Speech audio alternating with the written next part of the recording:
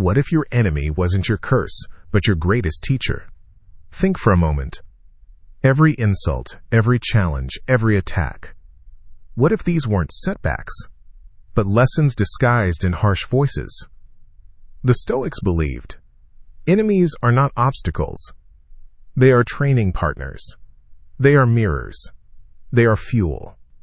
Yet most of us treat enemies as poison. We fight back. We burn with anger. We try to erase them, avoid them, destroy them. But what if the truth is different? What if the people who hate you most are the ones shaping you most? Enemies are unavoidable. They live in workplaces, in families, on social media, even in the mirror. But the way you deal with them, that decides whether you shrink or grow. This is not a video about revenge. It's not about dominance. It's about a deeper art. The art of transforming hostility into mastery. Because your greatest enemy might not be your downfall. They might be your teacher. What if every enemy you face was not a weight dragging you down, but a ladder lifting you up? The Stoics believed this. Every adversary is a test. Every insult is a lesson. Every challenge is a chance to grow. And here is the promise. By the end of this journey, you will no longer see enemies the same way. Instead of reacting with anger, you will respond with clarity. Instead of shrinking in fear, you will rise with strength. Instead of letting them poison you, you will let them shape you. Marcus Aurelius once wrote, "The impediment to action advances action. What stands in the way becomes the way." Enemies, critics, rivals, they are not obstacles. They are the way. They are the practice. They are the sharpening stone. So here is what you will gain. The ability to observe your enemies as mirrors, not monsters. The skill to turn their attacks into training, like weights in a gym. The strength to transform their resistance into your drive. By the end, you will walk through conflict with calm authority. Not because you have no enemies, but because you have turned every enemy into a teacher. This is the outcome the Stoics promised. Not a life without enemies, but a life where enemies lose their power, because you use them to build yours. Enemies are inevitable, but the way we handle them, that is where most of us stumble. Some choose revenge. They strike back. They escalate the war. One insult answered with another, one wound met with another wound. But revenge never ends wars. It multiplies them. The enemy grows larger in your mind, not smaller. Others choose avoidance. They hide. They stay silent, not from strength, but from fear. They retreat into bitterness, carrying their enemy everywhere, not outside, but inside. Both mistakes have the same outcome. Your enemy still controls you. Whether you fight in rage or you shrink in fear, you hand them power. You let them decide your mood, your actions, your peace. The common mistake is this. We think defeating an enemy means destroying them, but often, in the process, we destroy ourselves. The Stoics warned, the real danger is not the enemy in front of you, but the enemy you create within yourself. Anger, obsession, fear. Marcus Aurelius once asked, "You have power over your mind, not outside events. Realize this and you will find strength." When you give your enemy power over your mind, you lose. Not because they defeated you, but because you surrendered without noticing. The Stoics did not believe enemies were meant to destroy you. They believed enemies were meant to reveal you. Here is the principle.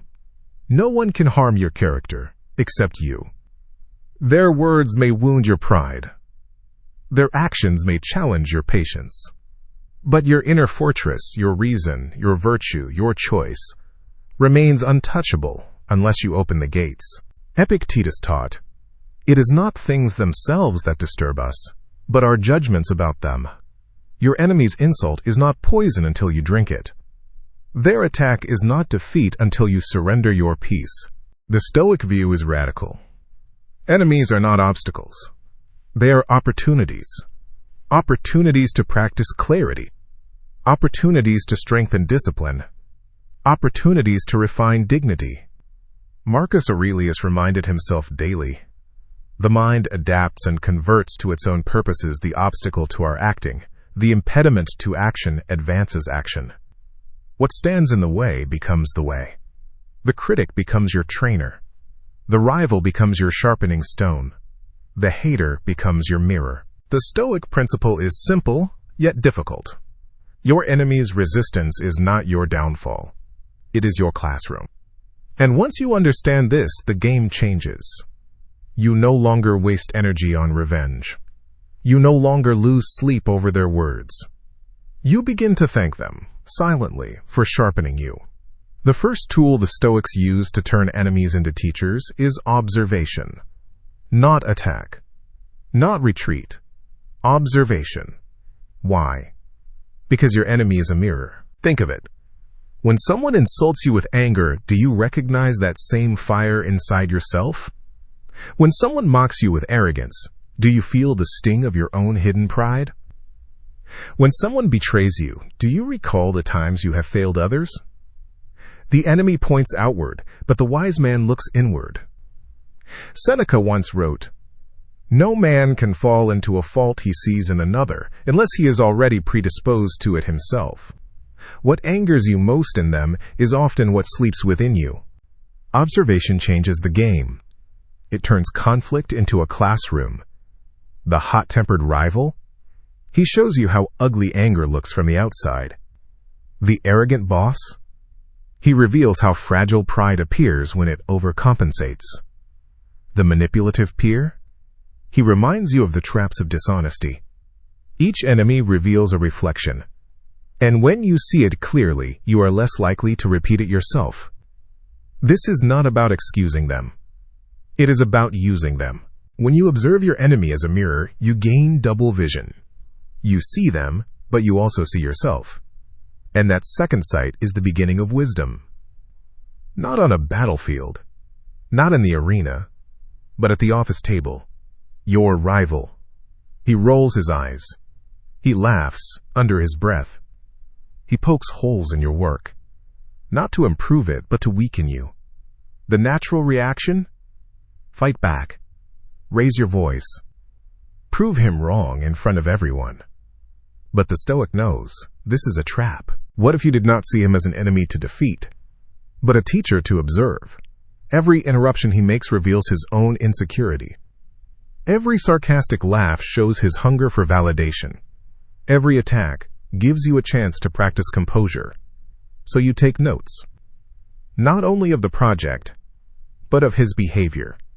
You see his anger as a mirror of your own. You see his arrogance as a warning against pride. You see his tactics as training for your resilience. This is the power of observation in action. Your rival wanted a fight. Instead, you gave him silence, clarity, composure. And in that moment, the power shifts. He exposed himself. You refined yourself. Marcus Aurelius might have smiled here, whispering his own reminder. The best revenge is not to be like your enemy. At work, enemies are common. But in truth, they are unpaid teachers. Their presence costs you nothing, unless you choose to pay with your peace. The second Stoic tool is this. See your enemy as a training ground. Think of the gym. Without resistance, there is no strength. Without weight, there is no growth. Enemies are the weights of the soul. Their hostility presses down on you. Their insults burn like friction. Their presence tires you. But if you face them with practice, not panic, they make you stronger. Seneca once wrote, "No man is more unhappy than he who never faces adversity, for he is not permitted to prove himself." Your enemy gives you the permission. Permission to test your patience. Permission to train your calm.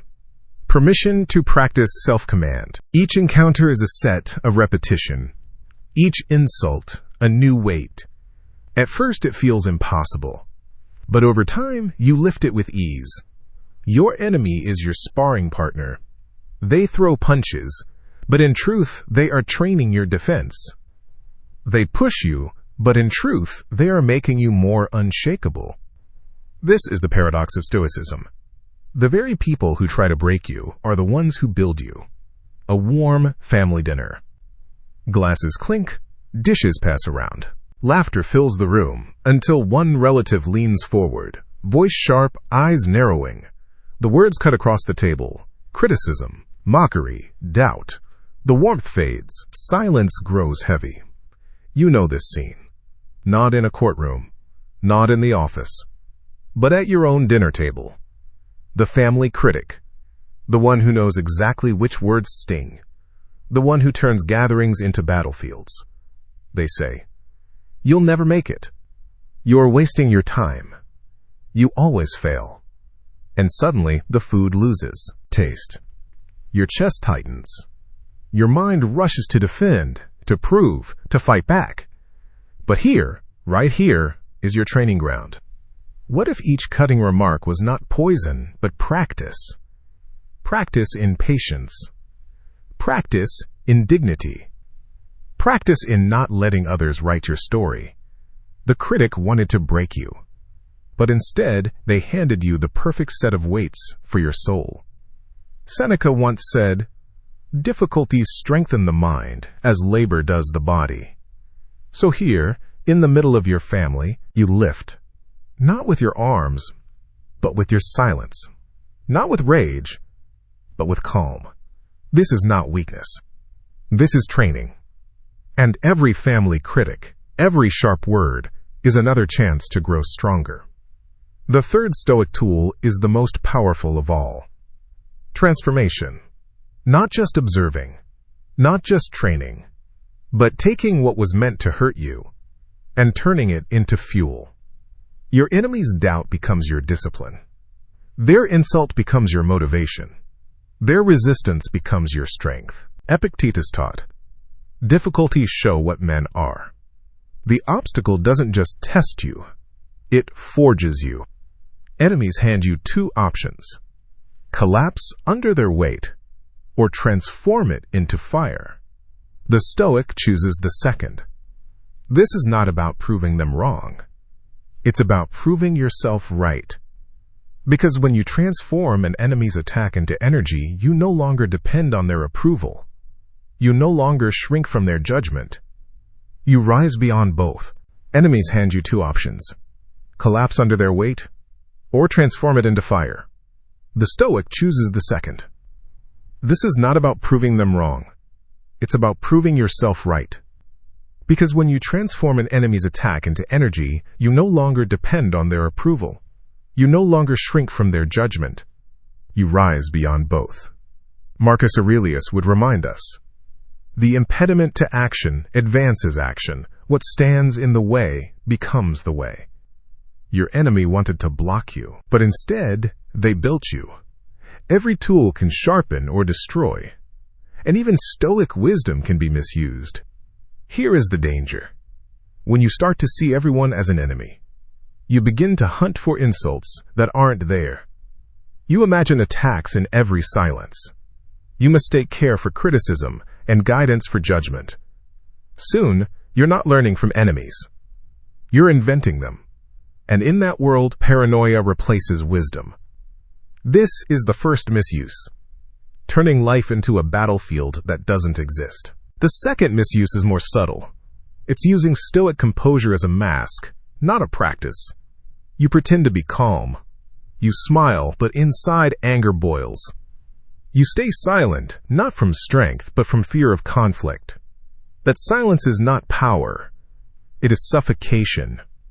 Like the candle under the glass, it will die out.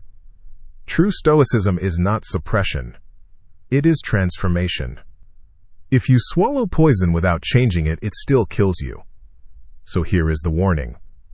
Do not use Stoic tools as armor to hide. Use them as instruments to grow. Marcus Aurelius reminded himself, "Waste no more time arguing what a good man should be. Be one." Pretending calm is not calm. Inventing enemies is not wisdom. Both will trap you. But when you use Stoic tools with honesty, observation, training, transformation. They free you. Let's bring it all together. 12 centuries ago, the Stoics faced rivals, critics, even emperors who despised them. And they left us a framework, a way to turn enemies into teachers. It rests on 3 pillars. First, observation. Your enemy is a mirror. Their flaws reveal your own. What irritates you in them is often what hides in you. Look, and you learn. Second, training ground. Your enemy is your gym. Every insult is a weight. Every conflict is a sparring session. Without resistance, you cannot grow. With resistance, you refine strength. Third, transformation. Your enemy is your fire. Their doubt becomes your discipline. Their resistance becomes your energy. What was meant to break you becomes what lifts you. Together, these 3 tools create a new lens. Enemies no longer drain you. They sharpen you. They no longer define you. They refine you. Marcus Aurelius might have whispered it best. The impediment to action advances action. What stands in the way becomes the way. So what will you do with this? You've learned the 3 tools. Observation, your enemy as a mirror. Training ground, your enemy as your gym. Transformation, your enemy as your fuel. But philosophy without practice is just words. And Stoicism is not about words. It's about action. So here is your challenge. This week, choose one person, the one who tests you most. It could be a rival at work, a family critic, or even the stranger online who throws fire at your peace. When they act, do not react. Pause. Observe. Ask, what does this reveal about them? Then ask, what does this reveal about me? Treat their attack as a repetition in your gym. Feel the weight, but lift it calmly. Let their words sharpen your patience. Let their doubt ignite your discipline. And when the moment passes, write it down. Record what you learned. Because every enemy leaves behind a lesson if you choose to keep it. The Stoics remind us, freedom is not the absence of enemies. Freedom is the mastery of self, no matter the enemies. If this video gave you clarity, share it with someone who needs it. And remember to subscribe for more Stoic wisdom each week. Because enemies are everywhere, but so are lessons.